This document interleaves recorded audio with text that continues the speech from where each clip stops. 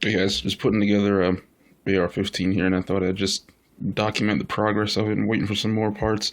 At this point, it's about 80% complete. I would say probably 90%, but yeah, just making a quick video of all the parts that I put together. And yeah, so it's got Magpul C.T.R's buttstock, enhanced butt pad, Bravo Company receiver extension, and I forgot to order the castle nut, so I just got a regular DPMS castle nut. DPMS shouldn't matter as far as the castle nut's concerned. ASAP plate, mega arms, lower receiver. This is just a gator receiver. Okay, and that's why they call it a gator receiver, right there. The front weld over here, and Daniel Defense lower parts kit. And that's it as far as the lower goes.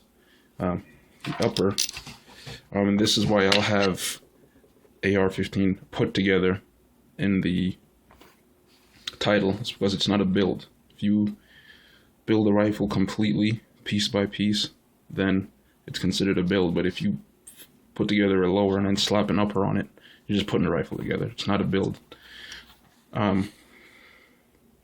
Anyway, BCM lightweight upper, 16-inch regular A2 bird cage.